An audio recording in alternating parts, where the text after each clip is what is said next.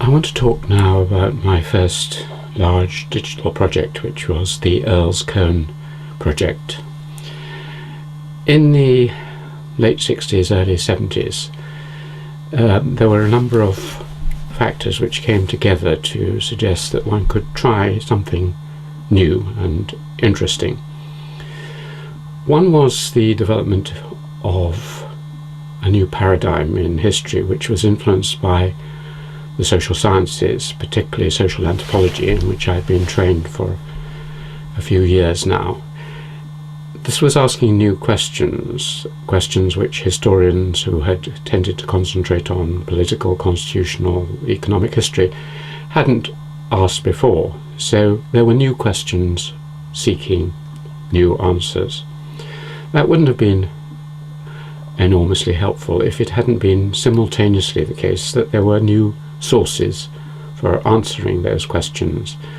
The 60s and 70s saw the reorganization of local government and national government and more money, and consequently the record offices, the places where local documents and national documents were deposited, were made much more efficient, and suddenly a whole wealth of materials which had not been visible, known about perhaps, became available, and the Essex Record Office was at the forefront of this, as was the Public Record Office, where new legal sources in particular were becoming available. So there was an archival revolution which tied in with a new interest in local history, particularly the work of W.G. Hoskins and others, who began, partly with the anthropological mission of making micro-studies, to concentrate on particular places and see them as microcosms of the whole nation. So there were some classic community village studies of English communities. And finally there was the influence of France in two ways. One was the Annales School, the school founded by Lucien Febvre and Marc Bloch, which looked at total history and the history of mentalities, a real social history in France, and this was influencing the British, as was the new work in historical demography, Louis Henry and Pierre Goubert and others, which was looking at registers, in the French case of baptisms, marriages and deaths, linking them together and revolutionizing this study of historical demography. And that came to England through the work of the Cambridge Group for the History of Population and Social Structure, Tony Wrigley and Peter Laslett in particular. And so the early 70s was a time when you were asking new questions of new sources and beginning to develop a new methodology. The task, however, was enormous, because just to take one village, all the records for that one village could be immense, as we discovered. And so it was fortuitous, it seemed to us, that just at that time, that is the early 70s, a new tool was emerging for historians, namely the computer. This was of particular interest to several Cambridge historians like Roderick Flood and Roger Schofield and others, and it looked as if this might be the way to bring together all this new material and to be able to answer these new questions. But the question then was, where should one start? We decided we would start with an Essex village, the village of Earls Colne near Colchester, and the reasons for that were simple. Basically, it was within the good area of the Essex Record Office, and the records for Earls Colne seemed to be exceptionally good. I had already worked on the diary of a 17th century clergyman, Ralph Jocelyn, and I knew that was a wonderful source, and I'd come across some excellent manorial records, manor court rolls, and in particular a wonderful Elizabethan map done at the end of the 16th century. So if one was going to start somewhere, start with a well-documented community, and so we decided we would start the Earls Colne project in about 1973. So the project was to try and reconstruct or recombine all the records for one place Earls Colne. We'd done a pioneer study of a northern parish, but not put it into a computer already, to reconstruct these both as a hand paper index, transcribing all the records, indexing them in various ways, and making those available, but also to replicate that and to put it inside a computer. Now, that seemed possible, but difficult, particularly because it wasn't certain that one could use the power of the computer to link together the records. The secret of all this was to take different fragments of information from different records and to combine them into individuals and then see how those individuals fared. And it was hoped that computers could do automatic record linkage, as it was called at that time, and for about 10 years we battled with this, but in the end we discovered that it wasn't possible. But anyway, we started off and we started working with computer scientists, particularly with the help of Ken Moody and a number of his students through the years. And what we discovered is, as we'd guessed, there was an enormous amount of information. No one had ever transcribed all the court rolls of an English village, for example, and it seemed immense. It went on and on and on. Looking back, of course, it's tiny. At the time, we were told it was the biggest data set of records apart from the tax records of the Greater London Council, and we were told that it was too big to fit onto the mainframe, the largest computer in Cambridge, until they got double density disk packs about halfway through our project. When you actually look at it now, the whole of it will fit onto a floppy disk easily. It's only 30 or 40 megabytes of information. It's tiny, but at the time it was huge. And its hugeness and the difficulty of putting it into the machine was increased by the fact that computer technology at the time was so Stone Age, as it seems now, 40 years ago, that it's almost impossible to describe it to anyone who didn't go through that revolution. To begin with, just to type the material, we had to start by using something called a flexo writer, which was so noisy that you had to wear ear defenders. You could only type in uppercase and then change it to lowercase if you wanted it. It produced paper tapes which had to be read into the machine. Right at the beginning, the machine could hardly take letters of the alphabet at all easily. And the machine was very slow. It took a long time to absorb it or to answer any questions. So you had this huge early computers, but very poor input devices. There was nothing like a word editor. There was no way of easily analyzing or inputting data. So something which would now perhaps take a few years, 2 or 3 years, took us nearly 10 years to do. But we learnt a lot in the process, and much of the burden, both of the hand record linkage and of the inputting of the data, was done by Sarah Harrison with the help of Jessica King, Cherry Bryant and others. So a small team of people with data inputting and cleaning the data. Apart from the fact that there was no word editing or anything like that, another problem was how would you hold it? The databases, devices which you could operate information retrieval on, really hardly existed. They were very primitive and designed for manufacturers and businessmen, not for academics. So we had to simultaneously work out how to get the material in and, above all, how to hold it. So much of the theoretical work was done introducing new kinds of databases. The first Boolean database system of an effective, fast kind was built up around our project, and then later the first effective Bayesian or probabilistic retrieval systems were built up around our projects. So we were pioneering in that, and in particular, how did you mark the material as it went in so that the computer could make sense of it? a markup language, as it's now called. There was nothing like HTML, hypertext markup language, or XML, extended markup language.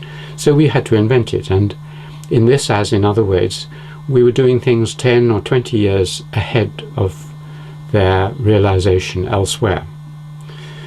And finally, once you got all this stuff into the machine, how would you make it available?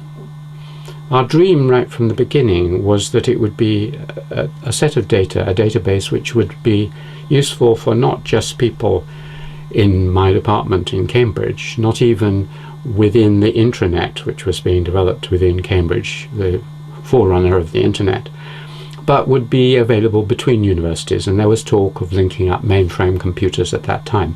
But this is 10-15 years before the internet is born, and so it remained a complete dream. And at the end of the project, although it had been extremely successful in putting in half a millennium worth of records of one village, which had never been done before, we were left with all this data on hard disks, and you couldn't even put it on a DVD. How would you make it available to others? So we fell back on a second best, which was to use the compression available through microform publishing with the Charles Chadwick Healy's microfiche publications, and we made a microfiche of the whole project, and this could be then distributed to those who had microfiche readers in any country in the world. It was slow, it was hand operated, the indexes within it, you had to search back and forth, but it was at least made what otherwise would have been 30-40 huge volumes of printout and indexes available in a moderately cheap and transportable form. So we now had, by about 1983, about 10 years after it started, a complete-ish set of local records of one place in a microfiche, in a paper, and on hard disks. But that was where you couldn't go any further then. So we had to wait for the technology to catch up. It took another 15-18 years before markup languages, and particularly the internet, became suitable for realizing the dream. So around the millennium, around 2000, we started to work again with Ken Moody and a new student of his, Tim Mills, to redo the whole thing in a form where it would be available on the internet. As usual with all these projects, you think, oh well, this will take 6 months, and it takes 6 years or 10 years, and in this case it did take 10 times as long at least as we thought it would take. And again, much of the work was done by Sarah Harrison, who transformed the data into the new form. But finally, after another 5 or 6 years, we had the whole system available again, now on the internet. We then worked out with the University Library to deposit a digital version in the University Library. We put it up on my own website, as I'll show in a minute, and it was also in a compressed form where it was searchable not only in the flat way that the University Library could do it, but in a word searchable version. And it was downloadable, and since it's really very small, it means that anyone in the world can just download the whole Earls Colne database with all the pictures and maps and indexes onto their laptop and work on it wherever they like. The output, as well as the actual data and the indexes to the data, consists of a number of other things. You need all this is just a tool. The materials are materials which a historian will use to answer questions. And so we decided to produce some paper publications, and also they're on the internet, so that people could actually ask new questions and see what our guesses at the answers might be. So firstly, we produced a book which actually showed how we'd done it, the hand indexing system called Reconstructing Historical Communities, produced by Cambridge University Press, which actually explains what a community is and how you reconstruct it, what the different kinds of documents are, and how the hand linkage system works. While we were engaged in the project, we obviously had to understand in detail how each kind of record worked, what its biases were, how it was made, what was left in, what was left out. And so we had to produce guides to the records, how a chancery case works, what is the court of requests, what does common law, equity, and so on mean. And so we produced these guides, which are on the website, but were also produced as small booklets to go with the microfiche, and then incorporated into a book on English historical records, which we published again. But there's something beyond all this, and that is using this material to answer real historical questions. Here is perhaps its biggest effect for me, because when I came to this project, I came from 6 years of history at Oxford, undergraduate and doctorate, and I'd been taught within a framework which on the whole emphasized that English history was split. There was a watershed in the 16th century. Before the 16th century you had the medieval, the feudal, the peasant world of pre-modern England. In the 16th century everything began to change, and through the 17th century revolution we became modern. The peasants disappeared, feudalism disappeared, capitalism emerged, individualism emerged. It was a very neat, tidy kind of framework which I enjoyed and accepted, and which had developed rapidly after the Second World War, particularly influenced by Marxist and Weberian models in the social sciences. And this is what I expected to find in Earls Colne. So when I went through the records, I expected the 16th century to be a time of great change, and the 17th century. I was really very shocked when I came to write about the whole thing in my book, The Origins of English Individualism, and analyse the records in a preliminary way, because what I discovered was much more continuity, that there had never really been peasants in the classical European or world sense of people just sitting on family holdings, not moving around and identifying with the land. I discovered that the English were much more individualistic, mobile, capitalistic, if you like, from the beginnings of these records, which is about 1380, and probably further back. So I wrote my book, The Origins of English Individualism, to explore this theme, and it was later supplemented by further ideas around the same subject in the culture of capitalism. And this changed the way I looked at history and had some influence on others who accepted my rather radical theories on this subject. So this was one outcome.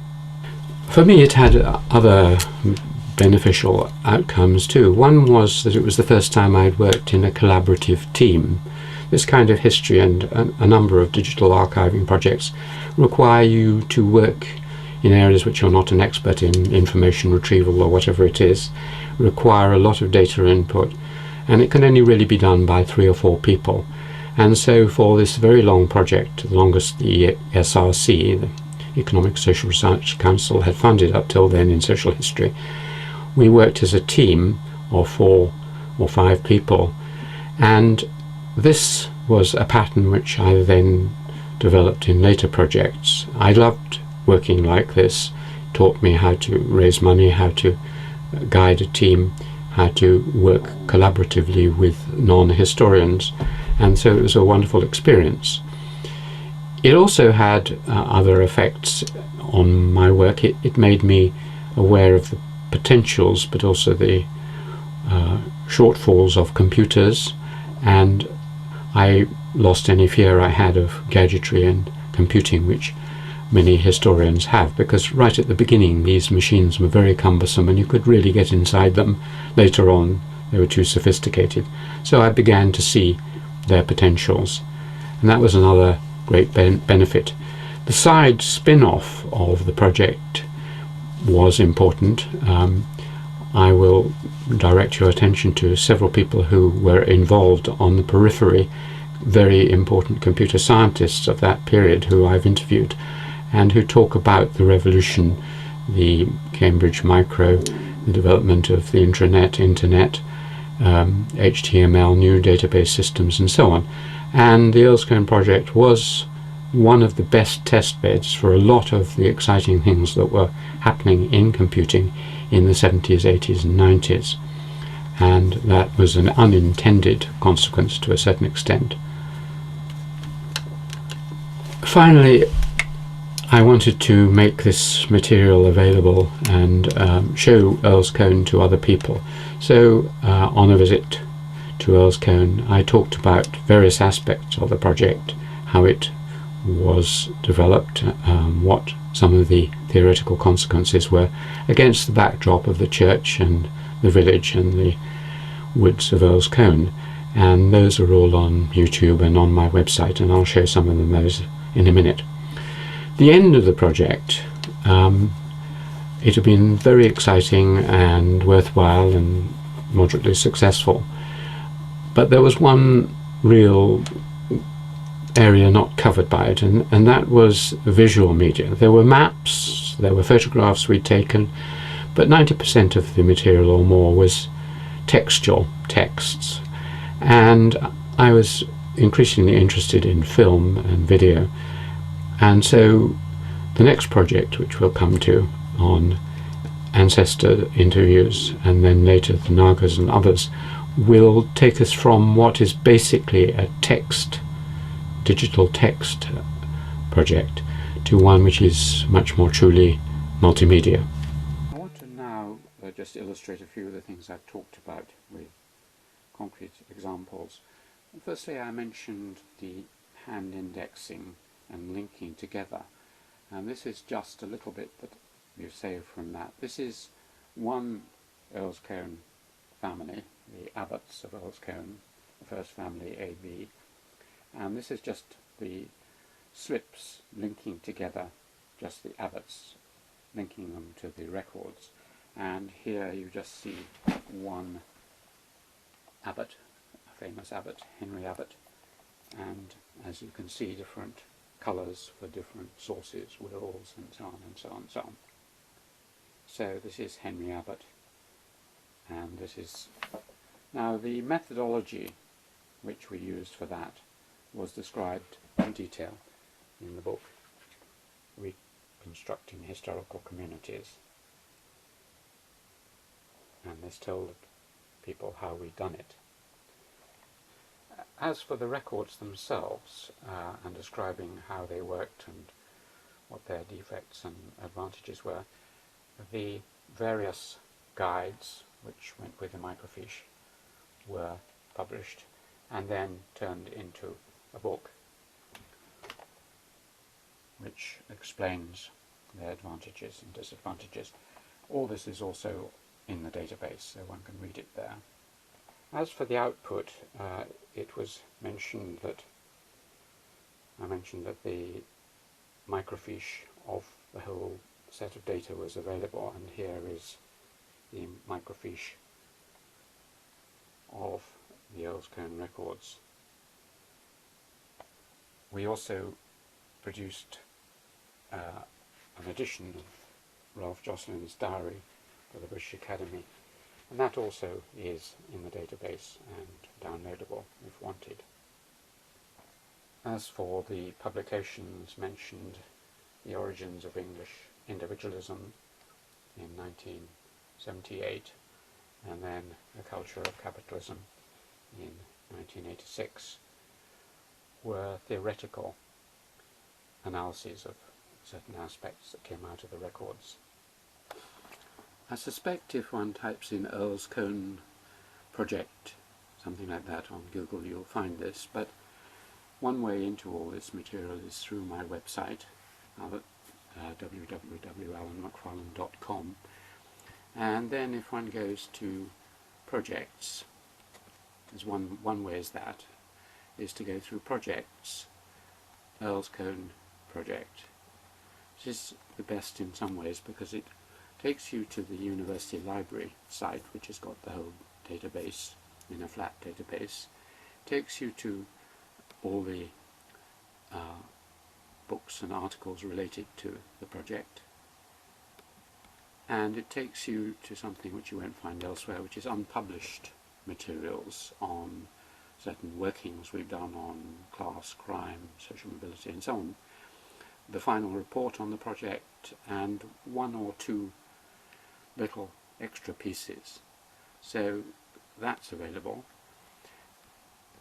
But there's also, very importantly, a word indexed version using Microsoft, and this comes down automatically if you press it, and that has certain search features which you don't get if you just use the flat database. So there's that.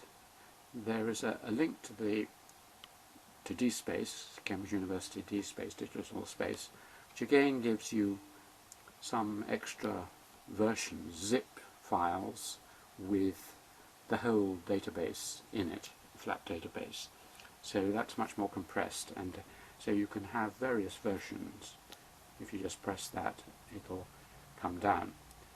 So the database is both searchable online and also you can bring it down. And finally, there's a set of talks which, as I mentioned, I gave in Earls Colne, a visit, various reflections, how the Earls Colne project was organised, the influence of people on the woodlands, the influence of the study of Earls Colne on my other writings, and so on. Some of the things that I've talked about briefly are expanded there. So there's that as a set of, those are a set of films. Or if we go to the home page again, you can go in directly to the Earls Colne project on the University Library server like this, and here it is, and then there are documents, indices, introductions, there's a table of contents, there's a little tour, a guide through it. So all the material is there and you can explore it for yourself. Finally, if we go to the video interviews, there are, as I mentioned, several people, particularly in the computing field, who have reflected on the project. In particular, Ken Moody, who was our advisor, and if you click on that you can get his interview where he talks about Earls Colne and the project quite extensively. If you click on computer scientist, you can see various others who also were linked in one way. Jean Bacon, another computer scientist at that time, Hermann Hauser, who was also involved in the development of computing in Cambridge and later one of the founders of the Cambridge phenomenon, Andy Hopper, another very important computer scientist who was working alongside when we were working on all this, Ken Moody himself, and so on, and Keith van Rijsbergen here, who developed the Bayesian probabilistic research system, and there's an interview with him, and if you click on any of these you can watch the interview. So basically this is some of the materials, and the wonder of it all is that a project which took so long has actually now hopefully been preserved forever and is available for anyone who wishes it.